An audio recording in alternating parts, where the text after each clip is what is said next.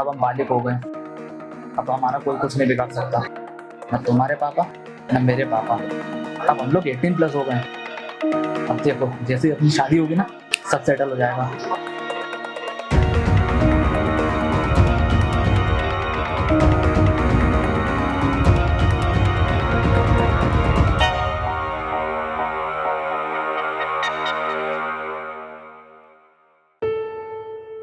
अभी तुम जाओ, सब सही हो जाएगा। सर मैं आऊँ? हाँ आइए। जी नमस्ते सर। नमस्ते, बैठिए। हाँ जी बताइए। सर कल रात से बुखार आ रहा है और सुबह से थकान बहुत हो गई है। नाम क्या है? ऋतिका। एज? 18 वर्ष। कोई और भी परेशानी है इसके अलावा? नहीं। परेशान लग रहे हो बेटा, इसलिए पूछा हमने आपसे। नहीं सर ऐसी कोई बात नहीं है। पेरेंट्स नहीं आए आपके साथ में? आपके पेरेंट्स नहीं आए साथ में? वो सर बात ऐसी है कि मैं घर छोड़कर आ गई हूँ। ये लड़का कौन है? मेरा बॉयफ्रेंड है।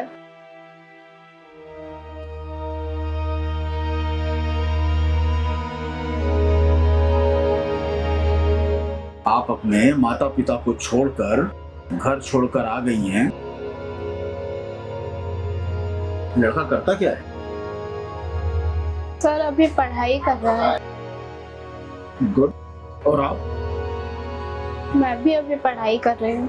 ओके, मतलब दोनों मिलकर साथ में पढ़ाई करोगे? जी सर। अच्छा रहोगे कहाँ ये सोचा? सर अभी कुछ सोचा नहीं है। खाओगे पियोगे क्या? सर अभी सोचा नहीं है।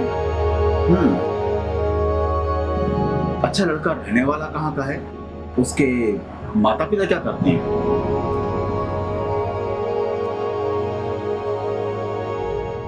पता नहीं सर। कुछ पता है। ओके। अच्छा यहाँ कहाँ रहता है? हॉस्टल में रहता है शायद। शायद? ओहो।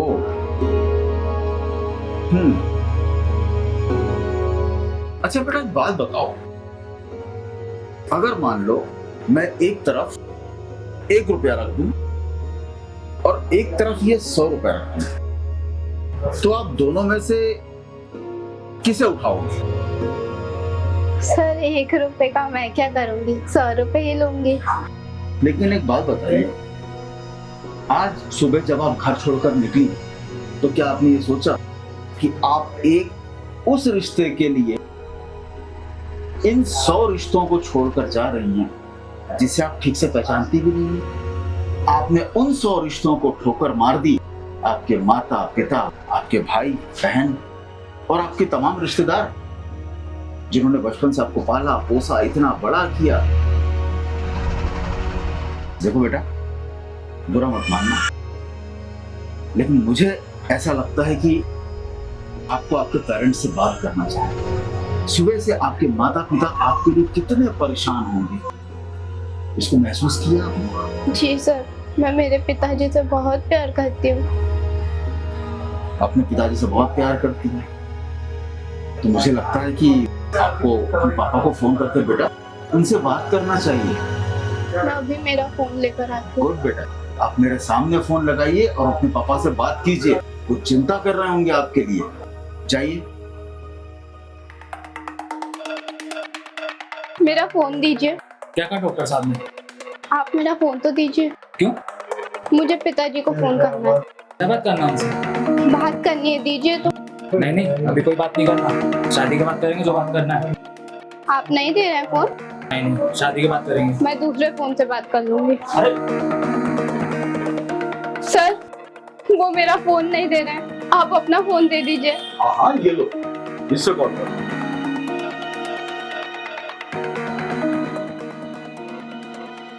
हेलो।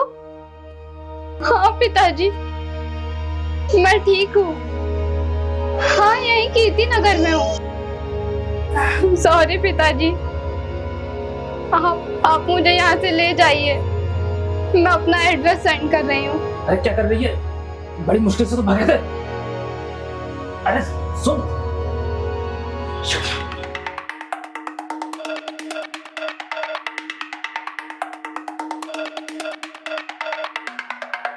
अरे वो मेरा बैग लेकर भाग रहे हैं। क्या है उसमें? मेरे गहने हैं। पकड़ो उसको। पकड़ो, छोड़। भाग गया। ये लो बेटा तुम्हारा बैग। और एक बात का ध्यान रखो, 18 साल का होने का मतलब ये नहीं है कि आपको मनमानी करने का लाइसेंस मिल गया है। माता पिता का इस दुनिया में कोई विकल्प नहीं होता, आई समझ में? जी। तो अब ध्यान रखना हमेशा। भारत का कानून वयस्क होने की उम्र 18 वर्ष मानता है, यानी कि व्यक्ति अपना फैसला स्वयं ले सकता है। लेकिन 18 प्लस के आसपास के जो बच्चे होते हैं, ये इस उम्र में कुछ ऐसे फैसले ले लेते हैं जिसके कारण उनको जिंदगी में कई परेशानियों का सामना करना पड़ता है।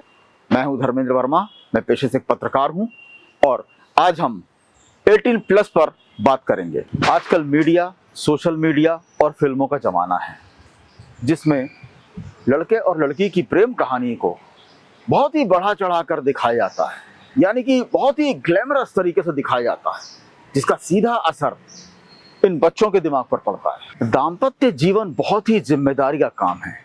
इसमें पति और पत्नी को जिंदगी भर कई बड़ी जिम्मेदारियां उठानी पड़ती हैं। किशोरावस्था के बच्चे ये नहीं समझ पाते हैं कि वो जिसकी ओर आकर्षित हो रहे हैं वो उनके लिए उपयुक्त है भी या नहीं। देखने में आता है कि बहुत से युवा 18 प्लस के होकर अपने माता पिता के निर्णय से अलग हटकर निर्णय ले लेते हैं, जिसके कारण उनको जिंदगी भर परेशानियों का सामना करना पड़ता है। अपने माता पिता से अलग होकर कई युवा लिव इन रिलेशनशिप में रहने लगते हैं, जिसका बुरा असर समाज पर भी देखने के लिए मिलता है। हमें यह देखना होगा कि आखिर युवाओं में इस तरह की प्रवृत्ति क्यों बढ़ रही है, जिसका एक कारण उनका परिवार भी हो सकता है, क्योंकि ज्यादा व्यस्तताओं के कारण माता पिता अपने बच्चों को वक्त नहीं दे पाते हैं और यही एक बड़ा कारण बन जाता है। कई बार माता पिता और युवाओं में संवादहीनता की स्थिति बन जाती है।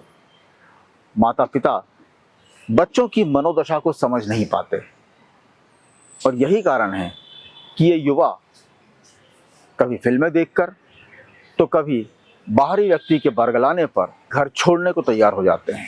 युवा ये समझते हैं कि देश का कानून अगर बालिग होने पर उन्हें निर्णय लेने का अधिकार देता है तो वो खुद निर्णय क्यों न लें, वो क्यों अपने माता पिता से पूछें। कम अनुभव के कारण युवा ये समझ नहीं पाते हैं कि जिस व्यक्ति के आकर्षण में पड़कर वो अपना घर छोड़ रहे हैं, अपने माता पिता को छोड़ रहे हैं, वो उस लायक है भी या नहीं। दाम्पत्य जीवन में वो उनका साथ निभाएगा भी या नहीं। जिंदगी में कई उतार चढ़ाव आएंगे, उसमें वो उनका साथ देगा या नहीं, जिसका परिणाम यह होता है कि कई घर अक्सर टूटकर बिखर जाते हैं। घर छोड़ने के मामले में ज्यादातर परेशानियां लड़कियों के सामने आती हैं, क्योंकि देखने में आया है कि आपराधिक प्रवृत्ति के लड़के उन्हें अपने जाल में फंसाकर घर से भगाकर तो ले जाते हैं, लेकिन ले जाकर उन्हें कहीं बेच देते हैं, जिसके कारण उनका जीवन भर दैहिक शोषण होता रहता है। युवाओं के घर छोड़कर जाने वाले मामलों को खत्म करने के लिए ये जरूरी है कि घर में, परिवार में, समाज में, युवाओं में जागरूकता लाई जाए। माता पिता भी युवाओं के साथ अपने संवाद को बढ़ाएं ताकि युवा भी उन्हें अपने दिल की बात बता सकें। देखने में यह भी आता है कि युवाओं का घर छोड़ने का कारण फिल्में और सीरियल्स भी हैं। तो फिल्म मेकर्स को ये चाहिए, कहानीकारों को ये चाहिए कि केवल ग्लैमरस न दिखाएं, उसके दुष्परिणाम भी दिखाएं।